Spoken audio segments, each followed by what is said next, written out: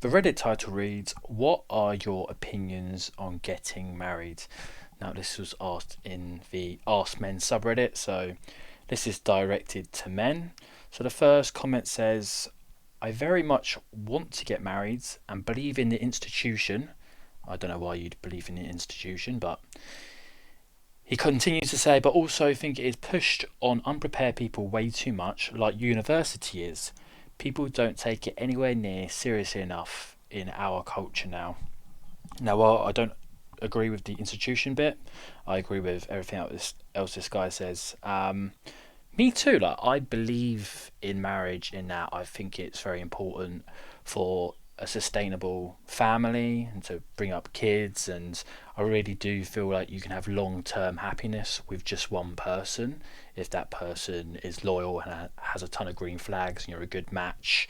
But the institution itself, it's just a way for powerful people to get money from you, for lawyers to get money from you, and to really downtrodden men where they go through a divorce and then they'll have to work well past their retirement age. That's kind of how I view it. But marriage itself, I'm actually in favour of, but not with how it's implemented at the moment. He says it's pushed just like university is. Yeah, I think that's the case. When I was at school, university was pushed to us, and when you're young like that, you know you listen to your teachers, you believe in what they say, and they say, oh, you have to go to university to get a good job. If you don't go to university, you're going to be on the back foot. Go to university no matter what, and employers will really respect that. Now, that's only beneficial if you're being very specific with the course you're choosing, or if you're into STEM and you know the sciences and the maths. But yeah, I think it probably gets pushed not just by some areas of society, marriage, but it gets pushed by the girl you're with. You know, if you're with a girl for 3 years, let's say, she's going to start be pushing you for the question. She's be like, well, if you love me like you say you do, why have you not put a ring on it? You hear these conversations from girls talking about their girlfriends, and they're like, oh, you know, Stephanie's been with her boyfriend for 3 years. I can't believe, you know, he hasn't put a ring on it. Oh, that could never be me. I could never be with a guy, you know, 3+ years and he hasn't asked me out. I'll just leave him. If he really loves me, he put a ring on it. Like, you hear these conversations. So for a lot of women, it is a pressure. It is a social status where they don't want their friends looking at their relationship thinking, why does this guy not put a ring on my friend's finger? Like, what's wrong there? Like, she should definitely leave, and obviously doesn't like her. So there's a lot of that pressure for women from their peers, from their female peers. But do they take marriage seriously enough? No. You know, the divorce statistics in the West now, I think it's over 50% now. So it's a flip of a coin if a marriage is gonna stay together, and how much of those people who do stay together, how much of them are actually happy. Next part, I got married because I wanted to, not just to make my girlfriend happy. Well, that's great. You know, credit to this guy. I hope it works out for him. I hope she wanted to get married too, and it wasn't just you pushing it. But if you both, you know, you both trust each other, you think she's a good person, you think she'll be a good, you know, mother to your children, and you can see a long-term future with her, then you go for it. You take the risk. But unfortunately, the downside financial risk is just too much. And, you know, women can change their behaviour. They can leave whenever they want. So I think Richard Cooper said this. You know, the woman you marry isn't the same woman that you get divorced to. Something similar to that. Basically, you see their true self when they're divorcing you. That's when you see their real personality and their feelings towards you. Because divorce can get very, very sticky, and it can have tragic financial consequences for guys. I don't want a wedding, but I do like the thought of being married, but it's not a big deal for me.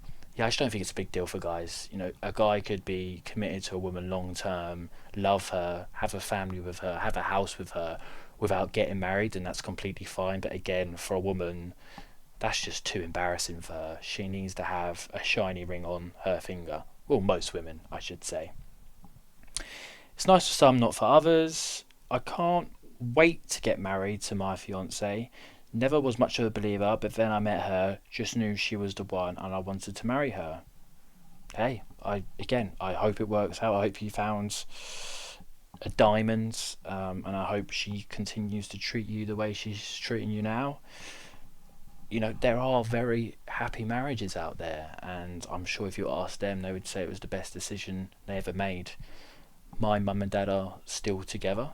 I'm in my late 20s now, so they've been together for a long time. But are they happy? I know they love each other, but when I look at them, they don't look very happy. And my dad's is successful in his job. He's a handyman. He can help around the house. He brings in the money. So he has that big green tick next to his name in regards to those masculine values. But I don't see them going on dates. They don't go on a date a week, and they look miserable. And I just think the love and the spark's gone, and that's really sad to see. But they're old enough now where they're not going to change their ways. They're not going to listen to my advice. So yeah, they carry on their life how they want to carry it on. But I wouldn't say they're particularly happy together, but they're certainly in love, if that means anything. Got married and now regret it. She cheated 3.5 months after our wedding. Oh, see, this case just shows that you chose badly, and you obviously didn't see the signs. I think if you choose well, and you have a lot of frame, and you know what you're doing as a guy, you're not going to be marrying a woman who has these values. So this is a horrible case, but I wouldn't say most women are like this. I think most women, have some values, especially if you choose them properly. He continues to say, I probably could have left her if I still had it in my head she was my girlfriend. But I was brought up with the goals of a wife and kids, and can't seem to bring myself to let go. Oh, bro, just let go. Throw those values out the window, because this woman will not respect you. If she's cheated on you 3 months into the relationship, think of how she's going to feel 5-10 years down the line. She will resent you for staying with her, and yeah, she's just not marriage material. Now, maybe you want to get married again in the future, but firstly I say, work on yourself, make sure you got all your ducks in order, so you don't make this same mistake again. But bro, just leave. Don't care what religious values you have. That goes out the window when your woman goes against her vows. Let me have a sip of coffee and we'll continue on this post. Next comment. Having been married and divorced and seeing firsthand how the system works, there is absolutely nothing on planet Earth that could ever convince me to do it again. Yeah, if you want to see how difficult marriage and divorce can be, just go to I think it's like the divorced male subreddit, and they'll tell you the horror stories. And I think that's what puts off a lot of men. And we're in a bad economic state in the world right now. It's global, and men can't afford weddings. Men can't afford the possibility of being divorced. It's difficult already without a woman taking half of what you earn and more if there's a child involved. So just financially, it's very scary. Again, I want to make it clear, I like the idea of marriage. I've got no issue with being with the same woman for the rest of my life if I'm deeply in love with her. But just the financial side of things, and how women can just get up and leave without any real reason, that terrifies me. And I don't have the financial backing to do that. That would riddle me with a lot of debt. So yeah, from that point of view, it's a terrible investment. But I think if a guy was told, look, this girl you're with right now, she'll be with you for the rest of her life, she'll put everything into this relationship, and she'll be loyal, and you have great memories together, he'd get married in a heartbeat. He really would. But it's just the consequences of a possible divorce and her changing how she acts. So I think that's the main reason why men are put off. I don't think it's because they want variety. There are some men who are scared of commitment because they go to the gym, they see all these pretty girls, and they think, oh, I'd love to sleep with those girls, and I only sleep with my girlfriend. There are guys like that. But I think the majority of men are loyal, and they do have a lot of values, and they'd love to settle down with one woman and have a bunch of kids. But yeah, it's just the downside is too risky. It doesn't interest me whatsoever. I'm not lonely and have no interest in starting a family, so it's pointless to me. Yeah, I think if you're not going to have kids, what is the point of marriage?